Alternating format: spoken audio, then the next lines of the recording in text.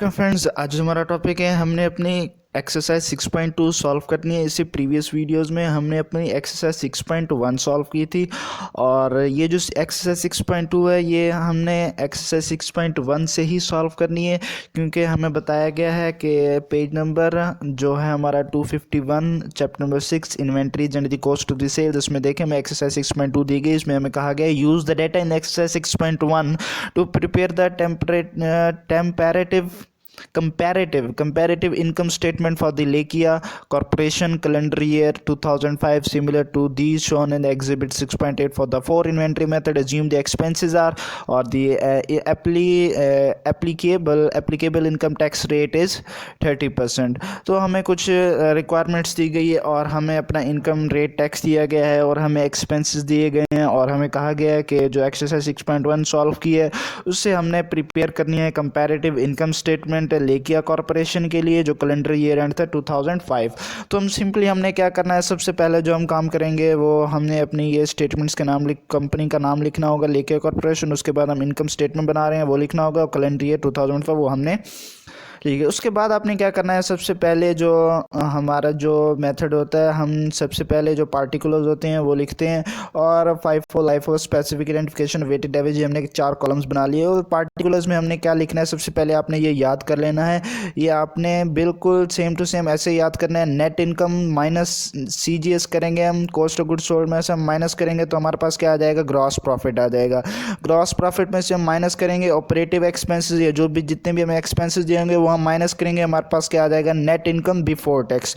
उसके बाद हमने जितना हमें टैक्स दिया गया वो हमने लगाएंगे 30% हमें टैक्स दिया गया था क्वेश्चन में, वो हम माइनस करेंगे जो हमारी नेट इनकम बिफोर टैक्स है इसमें से, तो हमारे पास क्या आ जाएगा, नेट इनकम आफ्टर टैक्स। तो नेट इनकम आफ्टर टैक्स जब हम निकालेंगे तो यहाँ तक हमारी क्या हो जाएगी, कंपैरेटिव इनकम स्टेटमेंट हो जाएगी।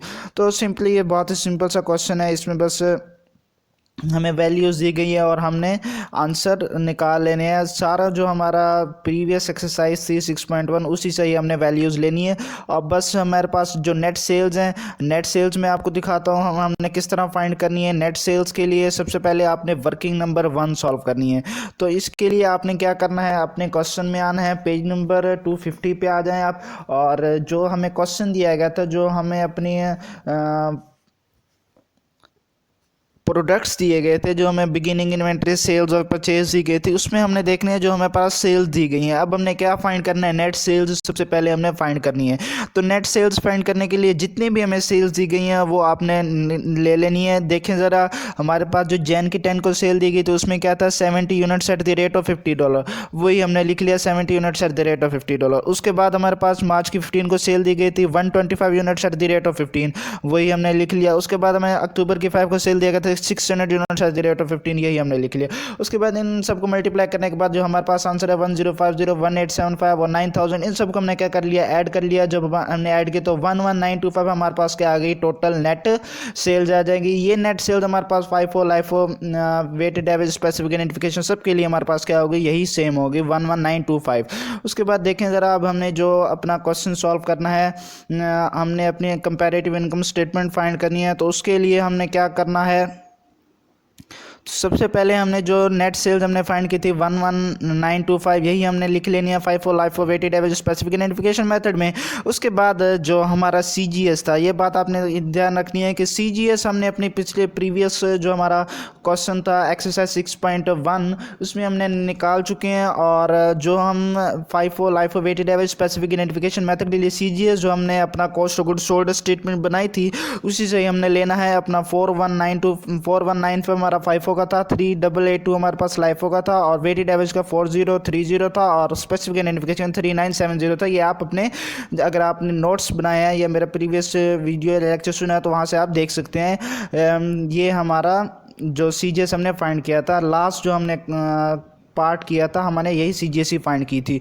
उसके बाद हमने क्या करना है, इन दोनों को हमने माइनस कर देना है, नेट सेल्स को हमने माइनस कर देना है, CGS तो हमारे पास क्या आ जाएगा, ग्रॉस प्रॉफिट आ जाएगा। जब हमने इन सबको माइनस किया तो हमारे पास जो आंसर आ गया 7730 आ गया, 8043 आ गया, 7895 और 7955 हमारे पास क्या आ गया, ग्रॉस प्रॉफिट आ गया। उसके बाद हमें एक्सपेंसेस दिए गए थे, हमें क्वेश्चन में एक्सपेंसेस दिए गए थे 1250। जरा क्वेश्चन में जाके देखें, एज्यूम द एक्सपेंसेस आर 1250, तो हमें एक्सपेंसेस दिए गए हैं, ऑपरेटिव एक्सपेंसेस या कुछ भी हम एक्सपेंसेस लिख सकते हैं। ये हमारे पास एक्सपेंसेस दिए गए थे 1250, सब के लिए हमारे पास यही सेम ही होंगे, 1250 1250 1250, इस सब के लिए हमारे पास क्या होंगे, सेम होंगे। तो हमने ऑपरेटिव एक्सपेंसेस अपने जितने भी एक्सपेंसेस है वो लिख लिया FIFO LIFO weighted average specific identification method के लिए। और उसके बाद हमने क्या निकाले, नेट इनकम निकाली हमने बिफोर टैक्स, मतलब इन दोनों को हमने क्या कर दिया, माइनस कर दिया। और हमने क्या फाइंड कर लिया, अपना नेट इनकम बिफोर टैक्स हमने क्या कर लिया, फाइंड कर लिया। हमने इन दोनों को क्या कर दिया, माइनस कर दिया। इन सबको हमने क्या कर दिया, माइनस कर दिया। तो हमारे पास 6480 6793 6645 और 6705 हमारे पास क्या आ गया, अपना नेट इनकम बिफोर टैक्स आ गया। उसके बाद हमने जो नेट इनकम आफ्टर टैक्स हमने फाइंड करना है, मतलब नेट इनकम हमने अब जो हमने फाइंड करना है वो क्या करना है, नेट इनकम आफ्टर टैक्स हमने फाइंड करना है। तो इसके लिए हमें 30% क्या दिया गया था, टैक्स दिया गया था, 30% टैक्स दिया गया था। तो हमने क्या करना है, बात ध्यान से सुनिए आपने कि हम नेट इनकम जो इनकम टैक्स जो 30% है वो हम किस तरह निकालते हैं। सबसे पहले आपने क्या करना है, 6480 हमें टैक्स दिया गया था, बिफोर टैक्स हमारा 5। अब आपने क्या करना है, 6480 को मल्टीप्लाई कर देना है 30% से, या आपने ऐसे नहीं करना, 30% नहीं लिखना, मतलब कैलकुलेटर पे आपको परसेंट नहीं आता, तो आपने क्या करना है 30 डिवाइडेड बाई 100 लिख देना है। बात एक ही है, आंसर सेम आएगा। तो आपने क्या करना है, 6480 को मल्टीप्लाई कर देना है 30% से, क्योंकि कुछ जो साइंटिफिक कैलकुलेटर्स हैं उन पे परसेंट का निशान भी लिखा आ जाता है। तो अगर आप परसेंट लगा सकते हैं तो परसेंट लगा ले, अगर आप परसेंट नहीं लगा सकते तो आपने क्या करना है 30/100 लिख देना है। तो हमारे पास क्या आंसर आ जाएगा, 19444 हमारे पास क्या आ जाएगा, इनकम टैक्स आ जाएगा। किसका आ जाएगा, FIFO मेथड का आ जाएगा 30% टैक्स। और उसके बाद अब आपने जब LIFO मेथड का फाइंड करना है टैक्स, तो वो किस तरह हम फाइंड करेंगे, 6793 को मल्टीप्लाई कर देंगे 30% से या 30/100 से, तो हमारे पास टैक्स कितना आ जाएगा, 2038 आ जाएगा हमारे पास। उसके बाद हमने जब 6645 का वेटेड एवरेज का हमने क्या निकालना है, 30% निकालना है। तो 6645 को हम मल्टीप्लाई कर देंगे 30/100 से, या हम मल्टीप्लाई कर देंगे 30% से। बात एक ही है। अगर इसमें आपके पास देखें ज़रा, अब हमारे पास अगर हम इसका 30% निकालते हैं तो हमारे पास कुछ पॉइंट्स में आंसर आ जाते हैं। तो जब कुछ पॉइंट्स में आंसर आ जाए तो पॉइंट के बाद अगर वैल्यूज़ 5 से ऊपर हो तो हम पॉइंट के पीछे वाली वैल्यू क्या कर देते हैं, एक राउंड ऑफ कर देते हैं। मतलब अगर 4 हो तो 5 कर देते हैं, 3 हो तो 4 कर देते हैं, अगर पॉइंट के बाद 5 के ऊपर वैल्यू हो तो। इसमें आपने देख लेना है, तो हमारे पास 5 के ऊपर ही वैल्यू आएगी। तो यहाँ पे 93 आता था, लेकिन मैंने राउंड ऑफ करके क्या कर दिया, 4 लिख दिया। बात एक ही है, आप पॉइंट में लिख सकते हैं अगर पॉइंट में लिखना चाहें, अगर पॉइंट में नहीं लिखना तो राउंड ऑफ कर दें, 94 लिख दें आप। उसके बाद हमने क्या करना है, स्पेसिफिक आइडेंटिफिकेशन मेथड के जरिए से जो हमारा 6705 है इसको हमने मल्टीप्लाई कर देना है 30%, जो हमारा क्या आ जाएगा, 2011 आएगा हमारे पास, 2011.5 आएगा हमारे पास। लेकिन हमने क्या करना है, 2012 लिख दिया, क्योंकि हमने राउंड ऑफ कर दिया। जो 0.5 था हमारे पास, तो हमने क्या कर दिया, 1 को 2 बना दिया, राउंड ऑफ कर दिया हमने। उसके बाद हमने net income after tax find करना है। तो net income after tax find कैसे करेंगे हम, ये जो हमारा नेट इनकम बिफोर टैक्स था और जो हमने इनकम टैक्स निकाला 30%, इन दोनों को क्या कर देना है, माइनस कर देना है। तो माइनस करने से जो आंसर आएगा वो हमारा क्या आ जाएगा, नेट इनकम आफ्टर टैक्स आ जाएगा। अब नेट इनकम आफ्टर टैक्स आ जाएगा, ये हमने क्या बना ली, इनकम स्टेटमेंट बना ली अपनी लेकिया कॉर्पोरेशन की, जो हमें कंपैरेटिव इनकम स्टेटमेंट बनाने का कहा गया था। लेकिन अब उन्होंने हमें कुछ रिक्वायरमेंट्स भी दी थी। जो रिक्वायरमेंट्स क्या थी, उन रिक्वायरमेंट्स का हमने जो थ्योरी है वो लिखनी होगी। तो मैं आपको समझाता हूँ। सबसे पहली जो हमारी रिक्वायरमेंट थी उन्होंने कहा which method yield the highest net income. अब वो कहते हैं कि जो हमने नेट इनकम फाइंड की है FIFO LIFO weighted specific identification method की, ये हमने नेट इनकम फाइंड की है। तो हमें बताएं कि इसमें which method yield the highest net income, सबसे हाईएस्ट इनकम किसकी होगी। अब आपने देखना है कि जिसकी सबसे हाईएस्ट इनकम होगी वो आपने देख लेना। अब इसकी है 45, इसकी है 47, 46 और 46। अब सबसे ज़्यादा किसकी है, 47, मतलब हमारे पास किस मेथड की है, LIFO मेथड की सबसे ज़्यादा। तो हमने लिख दिया LIFO method yields the highest net income 4755। समझ, उम्मीद है आपको समझ में आ गई होगी। उसके बाद जो नेक्स्ट क्वेश्चन है वो क्या है हमारा, second requirement, does the net income using the weighted average fall between the using FIFO and the LIFO. अब वो क्या कहते हैं कि जो हमारी नेट इनकम है वेटेड एवरेज मेथड की, अब ये देखें ज़रा, वेटेड एवरेज मेथड की हमारे पास क्या है 4651। अब वो कहते हैं कि fall between using and FIFO LIFO. अब वो क्या कर रहे हैं कि हम क्या कह रहे हैं कि जो हमारे फाइफो लाइफो मेथड की जो नेट इनकम है वो वेटेड एवरेज के ज़रिए से फॉल हो रही है। तो देखें ज़रा, ये हमारे पास 45 47 है और ये उनके दरमियान आ रही है। तो ये हमारा क्या हो गया, मतलब ये जो वेटेड एवरेज मेथड की जो हमारे पास नेट इनकम है वो फॉल कर रही है using the FIFO and LIFO method. तो ये बात हमने क्या लिख दी, अपने थ्योरी में लिख दी नहीं है, मतलब कि weighted average 4651 fall between the using value, FIFO की इतनी वैल्यू थी और लाइफो की इतनी वैल्यू थी, ये भी हमने लिख देना है। वेटेड एवरेज हमारी क्या हो रही है, फॉल हो रही है using the LIFO and the FIFO method. उसके बाद हमने थर्ड जो हमारे रिक्वायरमेंट में पूछा गया, उन्होंने कहा है if the cost are rising instead of declining. अब वो क्या कहते हैं, कोस्ट की बात करते हैं, मतलब सीजीएस की बात करते हैं।